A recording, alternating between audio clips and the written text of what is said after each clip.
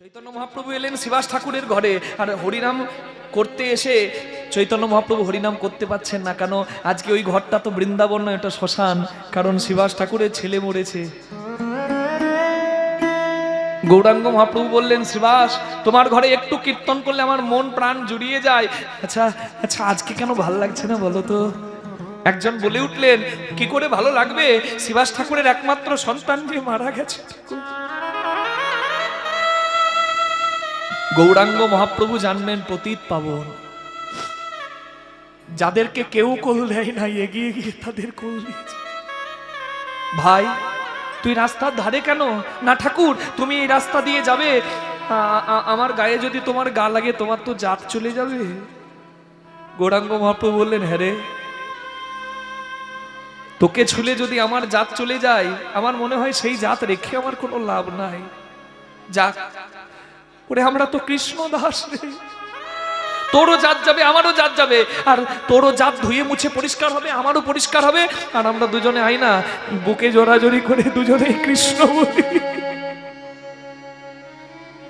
এটা হচ্ছে না আমার চৈতন্য। আজকে মনে রাখবেন, এখানে সবাই এক হয়েছেন সেই গৌরাঙ্গের জন্য, সেই গৌরাঙ্গ মহাপ্রভু যার সবার জন্য হৃদয় কান্ত। শিবাসকে বললেন, কই দেখি তো, চলো, কোথায় তোমার ছেলে, নিয়ে চলো। ভেতরে এলেন গৌরাঙ্গ মহাপ্রভু, মা মালিনী মরা ছেলেটাকে কোলে নিয়ে মুখে কাপড় দিয়ে কাঁদছে, যাতে আওয়াজটা বাইরে না যায়। গৌরাঙ্গ মহাপ্রভু এসে বললেন, মা, তোমার সন্তান মারা গেছে বলে তুমি কাঁদছো? আচ্ছা আচ্ছা, আজ থেকে তুমি তুমি আমাকে আমাকে সন্তান বলে ডেকো না।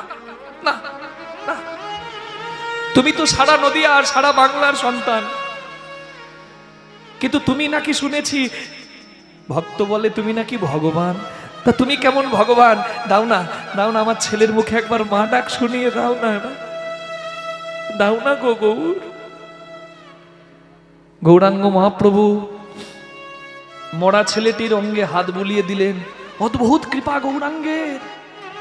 গৌরাঙ্গ মানুষ নয়, পরশমণি, একটা মরচে পড়া লোহা আমার মতো, তারপরও সে সোনা হতে পারে।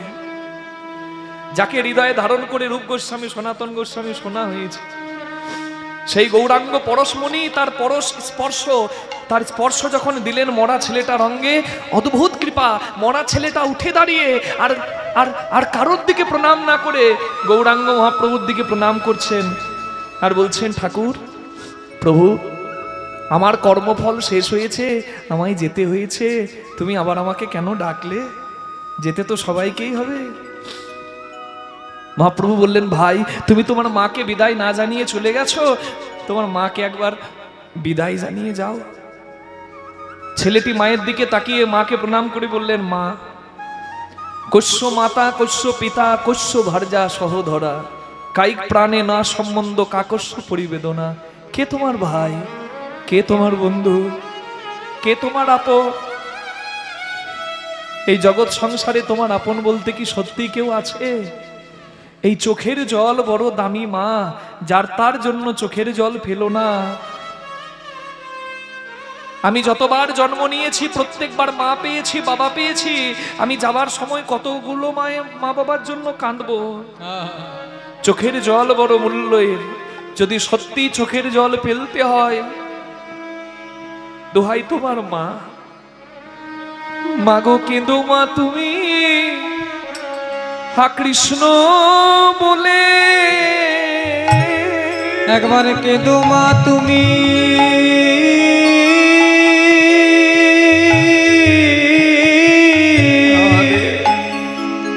হা কৃষ্ণ বলে, নানা পুত্র বলে, কেঁদো না মাগো, কেঁদো মা তুমি, হা কৃষ্ণ বলে।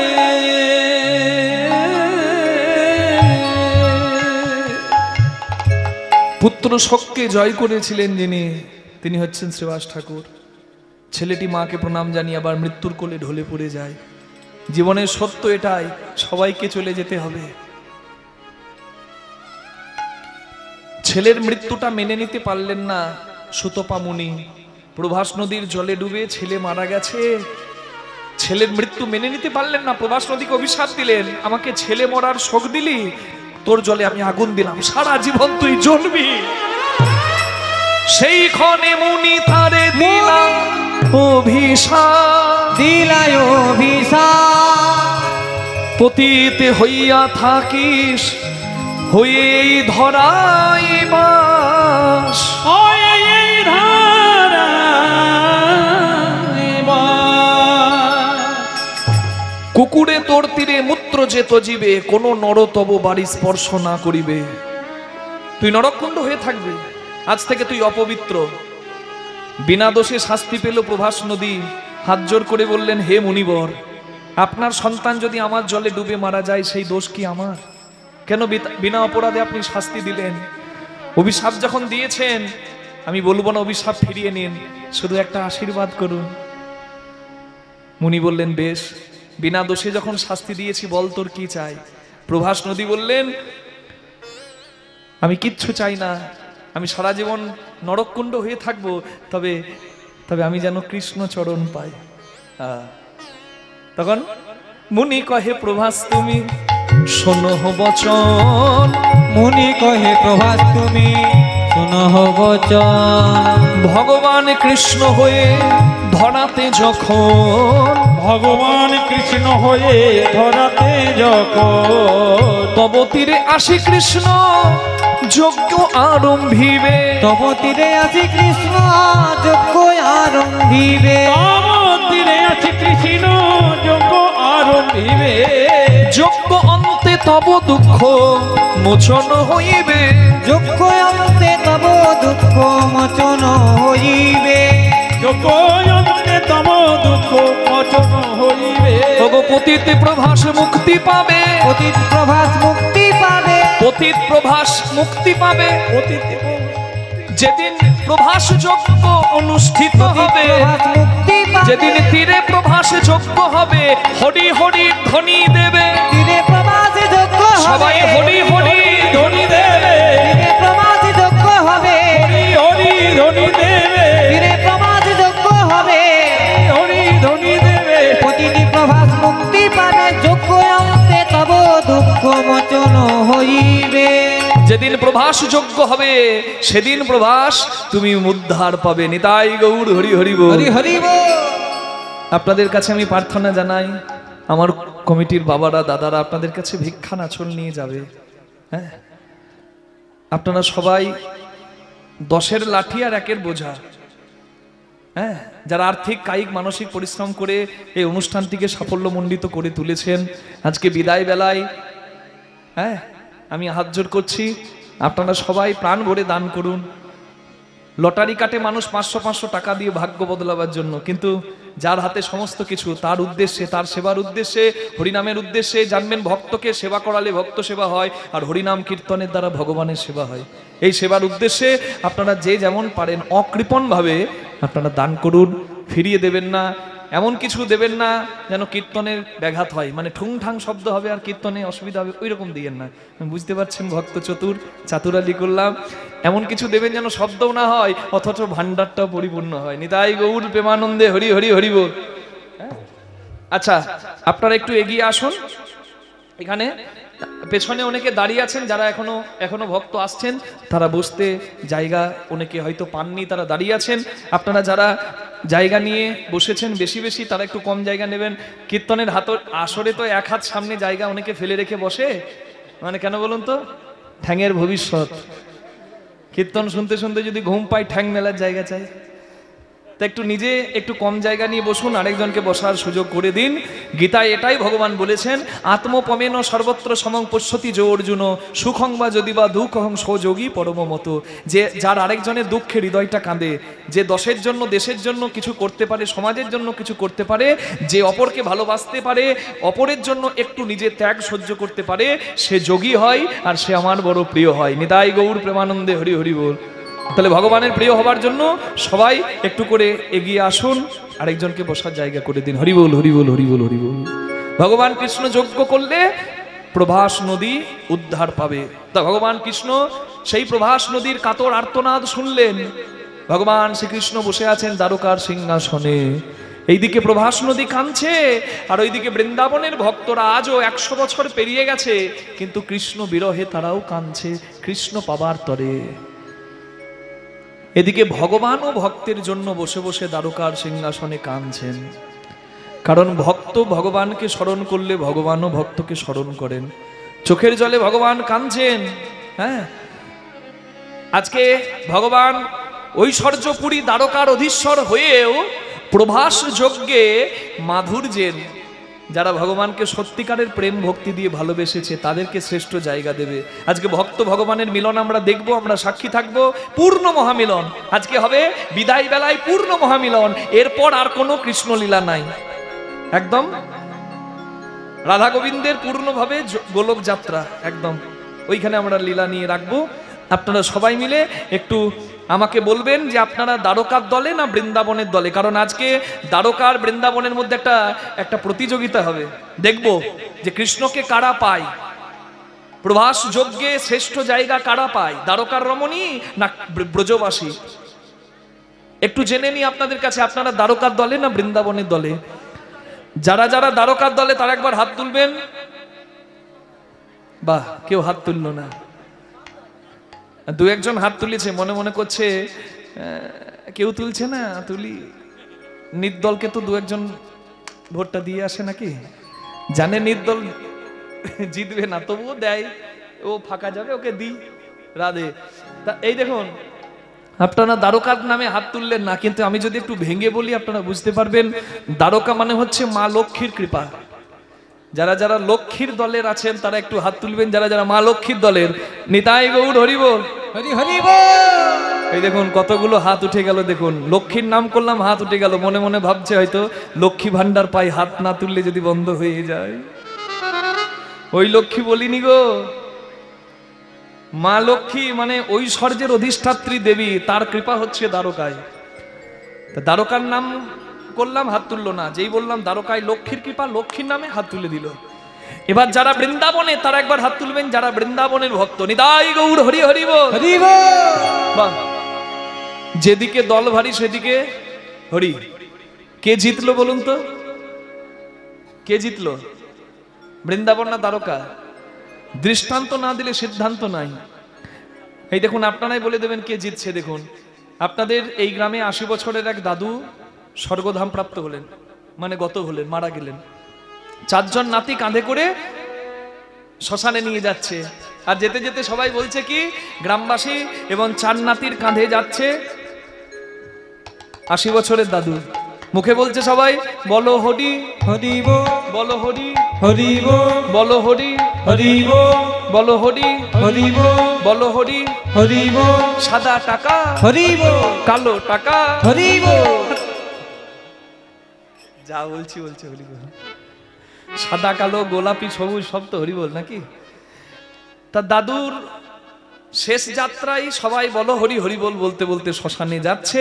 ওইদিকে বৈকুণ্ঠের নারায়ণ লক্ষ্মীকে বলছে, লক্ষ্মী দেখো আমার নামের মহিমা, সবাই শেষের দিনে শ্মশানে যায় আর আমার নাম করতে করতে যায়। মা লক্ষ্মী বলছে, তোমার নাম না ছাই, আমি যদি খেল দেখাই তোমার নাম ছেড়ে সবাই পালাবে। এই বলে মা লক্ষ্মী কি করলো জানেন?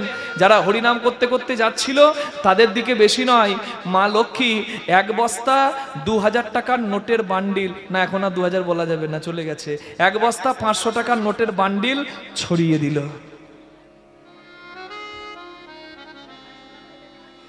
আপনারা যারা যারা এখানে খুব হাত তুললেন বৃন্দাবনের নামে, তারা বলুন তো, এখানে বসে কীর্তন শুনছেন আর যদি শোনেন যে ওই ক্লাবটা আছে না রাস্তার ধারে, উন্নয়ন সমিতি, ওই ক্লাবের বাইরে টাকার বৃষ্টি হচ্ছে। যদি শোনেন, এখানে বসে কীর্তন শুনবেন না, একবার বেরিয়ে আসবেন ওই দিক থেকে।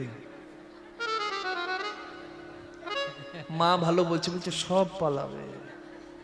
সব যদি পালাতো সেই অর্থ ব্যয় করে এখানে হরিবাসর হতো না। ঠিকই বলেছেন, বেশিরভাগই চলে যাবে, সবাই নয় তা বলে। দেখুন, মা লক্ষ্মী যেই না টাকা দিল, যারা হরিব নাম করছিল, বলো হরি হরি বলো হরি, যে যত পারলো কুড়িয়ে নিয়ে ঘর গেল। মা লক্ষ্মী বলছে নারায়ণকে, এই তোমার নাম, আমি সামান্য অর্থ দিলাম, তোমার নাম ছেড়ে পালিয়ে গেল, এ কি তোমার নামের মহিমা? মা লক্ষ্মী বলছে কি তোমার নামের মহিমা? আর নারায়ণ বলছে ওরা যাবার ছিল, ওরা যাবে। কি ওদের দেখো না, দেখো 4 জন কাঁধে করে নিয়ে যাচ্ছে মরাটিকে শ্মশানে, ওই 4 জন তো যায় নাই। মা লক্ষ্মী বলছে ওরা দেখতে পায় নাই তাই যায় নাই। মা লক্ষ্মী এবার কি করলেন জানেন? এবার একবারে সোনা, 60,000 টাকা ভরি, সোনার গয়না আর সোনার কয়েন রাস্তার দুপাশে ঝরঝর করে ঝরিয়ে একবারে পাঁচিরের মতো সাজিয়ে রেখে দিয়েছে। 4 জন নাতি কাঁধে করে নিয়ে যাচ্ছিল দাদুকে। এবার চোখে সর্ষে ফুল দেখার মতো যখন সোনার দিকে চোখ পড়েছে, একজন নাতি আরেকজনকে বলছে কি করবি? বলছে দাদু গেল গেল আমাদের বড় লোক করে দিয়ে গেল রে। দাদুকে কালকে পড়ালেও ক্ষতি নাই, রইল ঝোলা চলল ভোলা। সব যা ছিল কুড়িয়ে নিয়ে ঘর গেল। মা লক্ষ্মী কোমর সোজা করেছে, এই তোমার নামের মহিমা। একজনও কেউ নাই যে তোমার নাম নেবে, এখনো বলবে তোমার নাম শ্রেষ্ঠ। নারায়ণ বলে লক্ষ্মী দেখো সবাই গেছে, কিন্তু একজনের যাবার কোনো উপায় নাই। তার হাতের কাছে টাকাও আছে, আবার সোনার কয়েনও পড়ে আছে, কিন্তু সে নড়েও না আর চড়েও না। সে কে? মা লক্ষ্মী বলছে ওই ঘাটের মরা। ও নড়বে কি করে? ওর তো কিছুই নাই। কেন নাই? এখানে বসে কীর্তন শুনছেন, খবর এলো নিতাই কাকা আর নাই। এই গ্রামে আবার নিতাই কাকার নামে সত্যি কেউ নাই তো? না, আমি ধরে নিন একজনের নাম, আমি কারোর নাম করে বলি নাই। অমুক কাকা নাই, সবাই গেলাম তার বাড়ি, দেখছি খাটে শুয়ে আছে, ঘরের লোকগুলো কাঁদছে, আহা কত ভালো ছিল, চলে গেল। কিন্তু আমি তাকিয়ে দেখছি কি সবাই কাঁদছে, আহা মানুষটা নাই। কিন্তু নাই কেন? তার চোখ আছে, নাক আছে, মুখ আছে, কান আছে, হাত আছে, পা আছে, সব আছে, তবুও নাই। কি নাই? না, যে না থাকাতে নিতাই কাকার আর কোনো দাম নাই, সে নাই। কি? লক্ষ্মী যতদিন দেহ হরিতে হরি থাকে, ততদিনই মানুষ লক্ষ্মীর জন্য পাগলামো করে। আর হরি থেকে যার হরি পালিয়ে যায়, তার কাছে লক্ষ্মী এলেও কি আর লক্ষ্মী গেলেও কি। তাই হরি নাম সত্য, রাধা রমন হরি বল, জয় জয় রাধা রমন হরি বল। সবাই মিলে রাধা হরি বল, হরি বল, রাধা রমন হরি বল, রাধা রমন হরি বল, রাধা রমন হরি বল।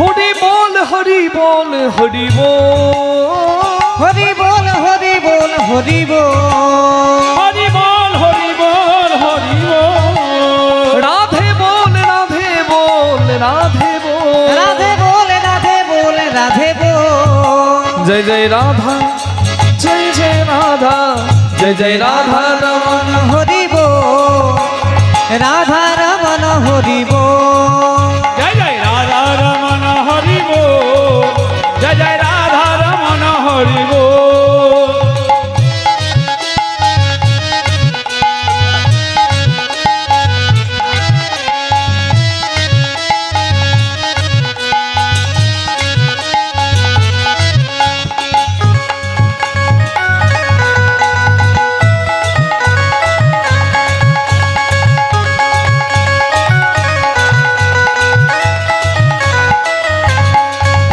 ने पूछा तेरा बच्चा बड़ा कितना है, किसी ने पूछा तेरा व्यापार कितना है। किसी ने पूछा तेरा बच्चा बड़ा कितना है, किसी ने पूछा तेरा व्यापार कितना है। मगर ये तो किसी ने ना पूछा, क्या पूछा? मेरो गोविंद से प्यार कितना है। जय जय राधा रमन हरि बोल, राधा हरि हरि बोल। जय जय राधा रमन हरि बोल, जय जय राधा रमन हरि बोल। जय जय राधा रमन हरि बोल, राधा रमन हरि बोल। जय जय राधा रमन हरि बोल, जय जय राधा रमन हरि बोल। সবাই বলুন রাধা রানী কি जय শ্যাম সুন্দর কি। जय। ওদিকে হলো কি, বাবা ওদিকে হলো কি বলে জয়। কীর্তনিয়া চালাকি মাঝে মাঝে বুঝতে হয়, বুঝছেন মা। যে জন কৃষ্ণ ভজে সে কৃষ্ণ অপেক্ষা চতুর, চাতুরালি না করলে গোবিন্দ ভজন হয় না, একটু বুঝে নেবেন। এই দেখুন, এই আমার মতো একজন কীর্তনিয়া কীর্তন করছে, সামনে এরকম বাবা ঠাকুর বসে আছে, কীর্তনিয়ার মুখ থেকে থুতু পড়ছে, বাবা ঠাকুরের পাঞ্জাবিটা ভিজে গেছে। বাবা ঠাকুর রেগে গিয়ে বলছে এই যা হাপ।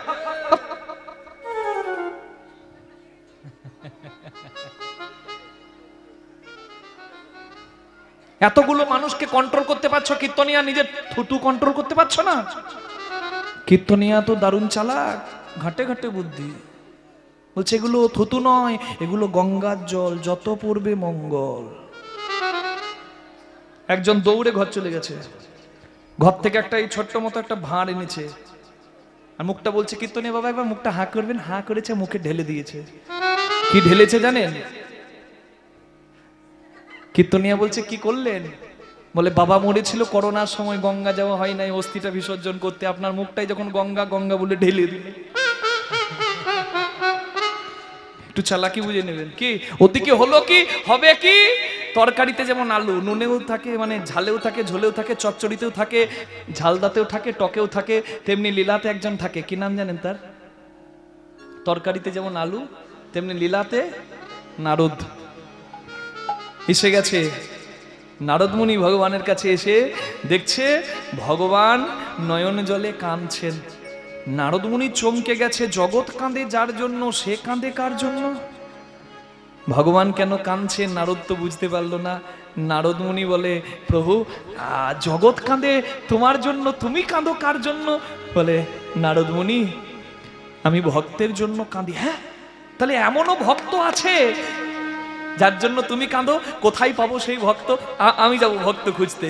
নারদ মুনি সাধ হলো, কে এমন ভক্ত আছে যার জন্য ভগবান কাঁদে? ছুটে চললেন ভক্ত খুঁজতে।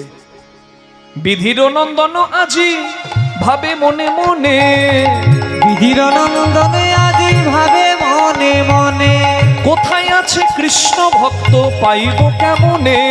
কোথায় আছে কৃষ্ণ ভক্ত পাইব কেমনে? কোথায় আছে কৃষ্ণ ভক্ত পাইব কেমনে? মনে চিন্তি দেব ঋষি ঢেকিতে ছড়িয়া, মনে চিন্তি দেব ঋষি ঢেকিতে চড়িয়া, মনে চিন্তি দেবী ঋষি ঠেকিতে চড়িয়া, স্বর্গপথে উড়ে যায় হরষিত হইয়া, স্বর্গপথে উড়ে যায় হরষিত হইয়া, সর্বপথে উড়ে যায় হরষিত হইয়া। নানায় আনন্দ আর ধরে না গো, আনন্দ আর ধরে না গো, আনন্দ ধরে না গো, আনন্দ ধরে না গো, দেবী ঋষি নারদের মনে আনন্দ আর ধরে না গো, দেবী ঋষি নারদের মনে হরিধ্বনি দেয় বদনে, দেব ঋষি নারদের মনে হরিধ্বনি দেয় বদনে, দেবী ঋষি নারদের মনে হরিধ্বনি দেয় বদনে, ঋষি নারদের মনে হরিধ্বনি দেয় বদনে, আনন্দ আর ধরে না গো। সর্বপথে উড়ে যায় হরষিত হইয়া। নারদ মুনি ভক্ত খুঁজতে খুঁজতে কোথায় গেল জানেন? ভক্ত খুঁজতে খুঁজতে নারদ মুনি পৌঁছে গেল যমুনার তীরে। হ্যাঁ, আর যমুনার তীরে নারদ মুনি দেখছেন একটা কিসের যেন তাপ আসছে, আগুন। হ্যাঁ, কিসের যেন একটা তাপ আসছে। আর এই আগুনের তাপটা নারদমুনি বুঝতে পারলেন না। নারদমুনি ছুটে চললেন পিতা ব্রহ্মলোকে, ব্রহ্মার কাছে, বলে জয় হোক জয় হোক, জয় হোক জয় হোক, জয় হোক জয় হোক, জয় হোক জয় হোক, কমল জনি পিতার জয় হোক জয় কমল হোক, জনি পিতার জয় হোক জয় হোক, কমল জনি পিতা জয় হোক জয় হোক, কমল জনি পিতার জয় হোক জয় হোক।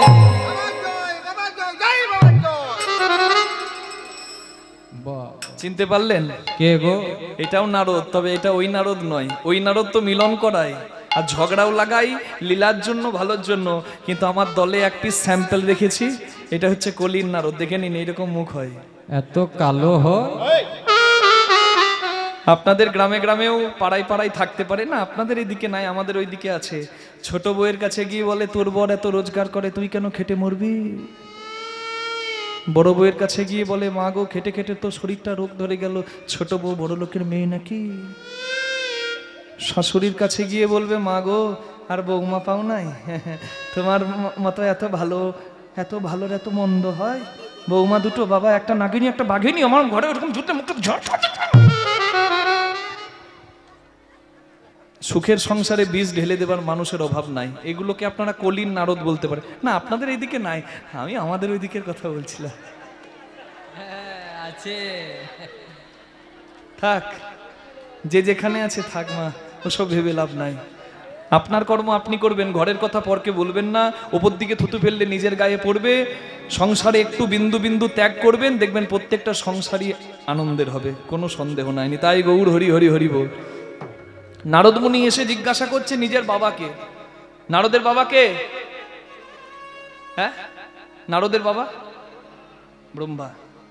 বিষ্ণু নাভি প্রদেশাৎ গত নলিন দলাৎ ভূত জন্মা সুজন্মা কীর্তন বৈধং বিধাতা জগতি তনুভিতা মাদি কাব্য প্রণেতা। বিষ্ণুর নাভি কমল থেকে যার জন্ম তার নাম পদ্মজনী ব্রহ্মা। ব্রহ্মা হচ্ছে নারদের বাবা। আর সামনেই দেখবেন আমাদের বাবার পুজো আছে এই 24শে ফাল্গুন।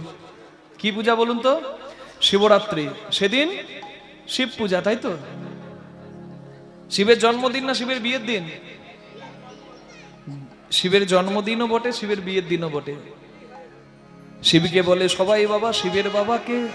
চাঁদকে বলে সবাই মামা, চাঁদের পুত্রকে। চাঁদের পুত্র যেবা তার মামা হলো কে? এ তথ্যের উত্তর দেবে মোরে কে? বলবো না, শেষে যে থাকবে তাকে বলতে হবে। শিবকে সবাই বাবা বলি, শিবের বাবাকে। 3টে জায়গা থেকে আমি প্রমাণ দেব। একটা হচ্ছে রেফারেন্স দিচ্ছি 3টে জায়গা থেকে। একটা হচ্ছে শিব মহাপুরাণ, শিবপুরাণ।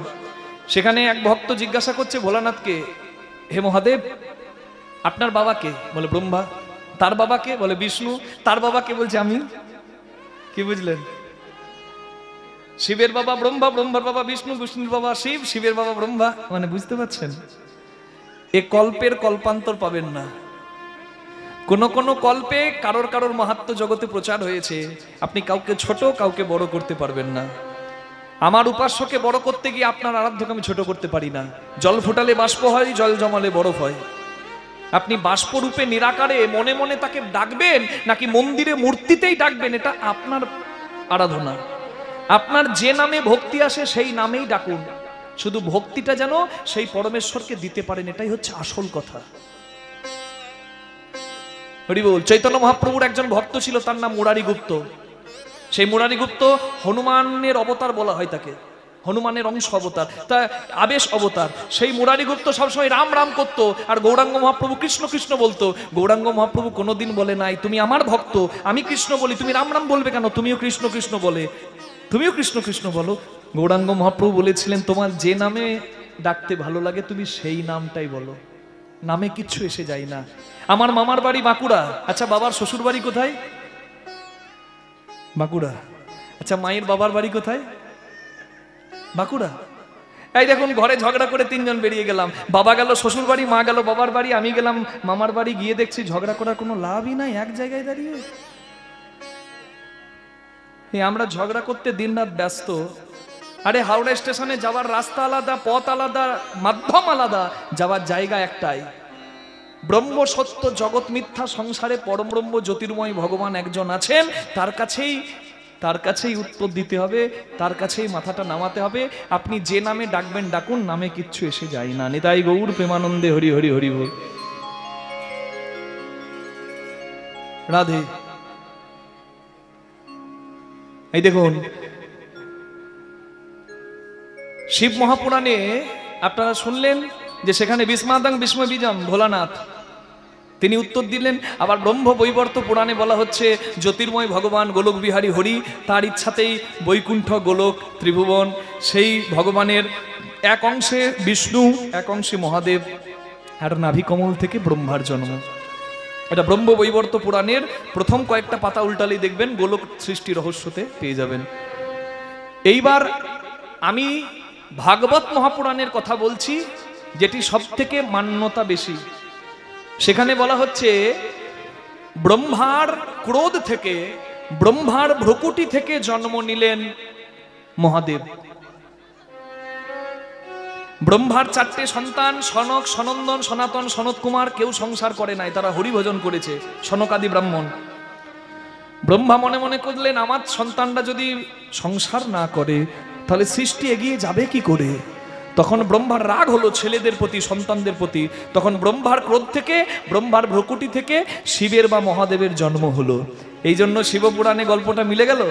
শিবকে জিজ্ঞাসা করছে ভক্ত তোমার বাবাকে, বলে ব্রহ্মা। কেন? ব্রহ্মার ভ্রকুটি থেকে জন্ম।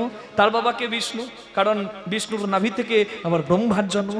তাহলে দেখুন উত্তরটা মিলে গেল। ব্রহ্মার ভ্রকুটি থেকে যেদিন শিবের জন্ম হলো সেদিন আর অন্য কিছু নয়, সেই দিনটাই হচ্ছে শিবের জন্মদিন।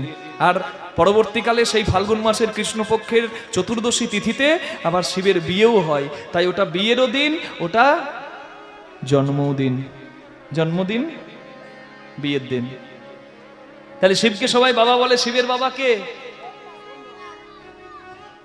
আর সবার বাবাকে বলুন গোলক বিহারী হরি কি জয়। চাঁদকে বলে সবাই মামা। তাহলে চাঁদের পুত্রকে, চাঁদের পুত্র যেবা তার মামা হলো কে? ভগবান যখন বললেন সমস্ত দেবতাদের, শোনো দেবতাগণ, তোমাদের পুত্রদের নিয়ে আমি কুরুক্ষেত্রের মাঠে ধর্ম প্রতিষ্ঠা করতে নামব। পবন তোমার পুত্র হবে ভীম, যম পুত্র ধর্মরাজের পুত্র যুধিষ্ঠির, ইন্দ্রের পুত্র অর্জুন, তারা তো দেবপুত্র। অশ্বিনী কুমারদ্বয়ের পুত্র মাদ্রী সন্তান, নাম তার নকুল সহদেব। চাঁদকে বলছে চন্দ্রদেব তোমার সন্তানও যাবে। চাঁদ বলছে না, আমি আমার ছেলেকে ছেড়ে থাকতে পারবো না। চাঁদের ছেলের নাম হচ্ছে বরচস। বরচস বলছে আমি ছেলেকে ছেড়ে থাকতে পারবো না। বলে যেতে তো হবে। বলে বেশ, আমি মাত্র 16টা বছর পুত্র শোক মেনে নেব। 16 বছর, 16 বছরের জন্য আমি আমার ছেলেকে পাঠাবো। সূর্যাস্তের পূর্বেই আমার সন্তান আমার কাছে ফিরে আসবে। 16 বছরের আয়ু নিয়ে কুরুক্ষেত্রের মাঠে চক্রব্যূহে যে প্রবেশ করেছিল, বেরোতে পারেনি। অর্জুনের পুত্র বীর, কৃষ্ণের ভাগ্নে, নাম তার অভিমন্যু। তাহলে অভিমন্যু যদি চন্দ্রপুত্র বরচসের অবতার হয়, তাহলে অভিমন্যুর মামাকে বলুন কৃষ্ণ ভগবান কি জয়। রাধে। অনেকে বলে চাঁদের অবতার নাকি অভিমন্যু, হতে পারে কোনো শাস্ত্রে আছে, তাই সেটা হিসেব করলেও সেই মামা কৃষ্ণ ভগবানই দাঁড়াচ্ছেন। তাহলে উত্তরটা মিলে গেল। এইবার বলছে বাবা আমি দেখলাম যমুনার তীরে আগুন জ্বলছে। বাবা বলো না, আমি তো ভক্ত খুঁজতে বেরিয়েছিলাম, তা আমি ভক্ত খুঁজতে খুঁজতে আমি যমুনার তীরে দেখলাম আগুন জ্বলছে। আচ্ছা বাবা তুমি বলো না আমি ভক্ত কোথায় পাই? বলে যেখান থেকে তুই ফিরে এসেছিস সেখানেই ভক্ত পাবি। ওই যমুনার তীরে বৃন্দাবনে যদি ভক্ত দেখবি নয়নে, একবার যারে নারদ বৃন্দাবনে, যারে নারদ বৃন্দাবনে, যদি ভক্ত দেখবি দু নয়নে, যারে নারদ বৃন্দাবনে, যদি ভক্ত দেখবি দু নয়নে, যারে নারদ বৃন্দাবনে। নারদ মুনি ভক্ত খুঁজতে চলে গেলেন বৃন্দাবনে। আর বৃন্দাবনে যেই না এসে দাঁড়িয়েছে,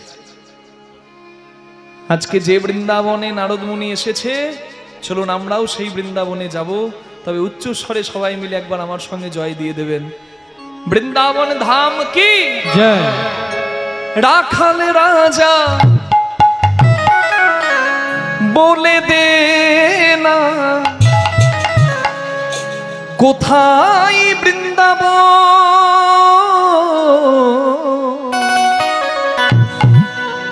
শ্যামকুণ্ড, রাধাকুণ্ড, গিরি গোবর্ধন। রাখাল হরি হরি হরি বল। বলে দে না, কোথায় বৃন্দাবন? শ্যামকুণ্ড, রাধাকুণ্ড, গিরি গোবর্ধন। রাখাল রাজা বলে দে না, কোথায় বৃন্দাবন? শ্যামকুণ্ড, রাধাকুণ্ড, গিরি গোবর্ধন।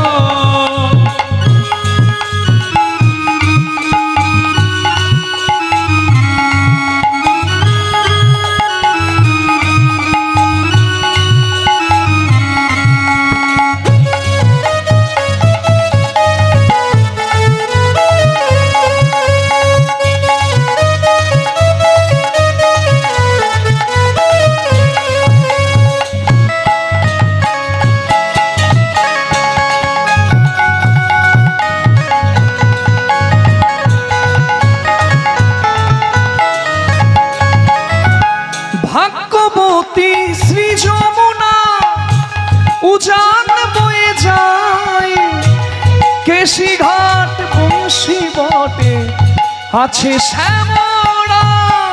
ভাগ্যবতী শ্রী যমুনা উজান বহে যায়, কেশি ঘাটার বংশী বটে আছে শ্যামরা।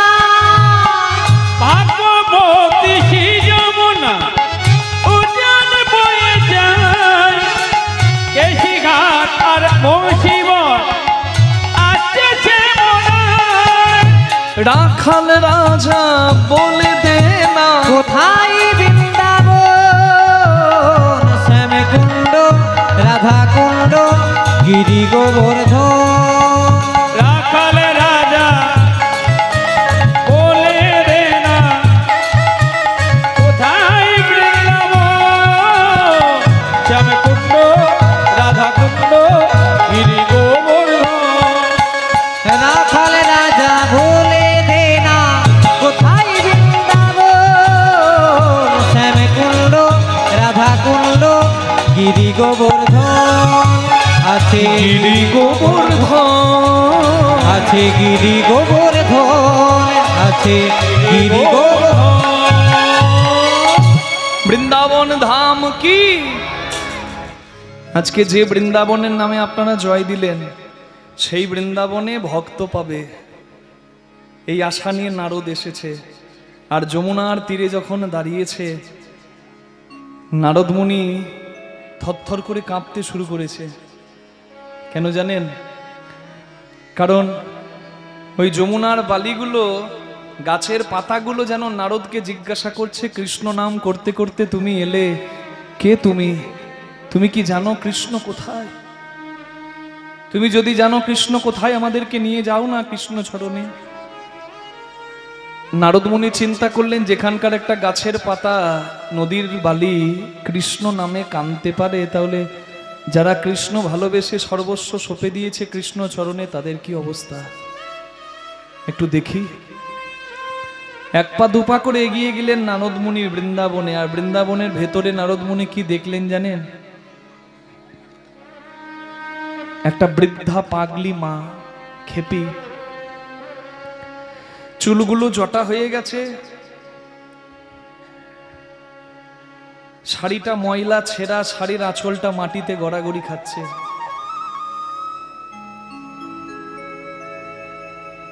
যে পাগলিকে, যে খেপিকে নারদ দেখছে দূর থেকে তাকিয়ে তাকিয়ে, সেই পাগলি আর সেই খেপি অন্য কেউ নয় মা, তিনি হচ্ছেন ভগবান কৃষ্ণের মা যশোদা। ভগবানের মা পাগলি হয়, খেপি হয়। আসলে ভগবান কৃষ্ণ যেদিন থেকে বৃন্দাবন ছেড়ে চলে গেছেন, মা মেনে নিতে পারেনি সেই আঘাত।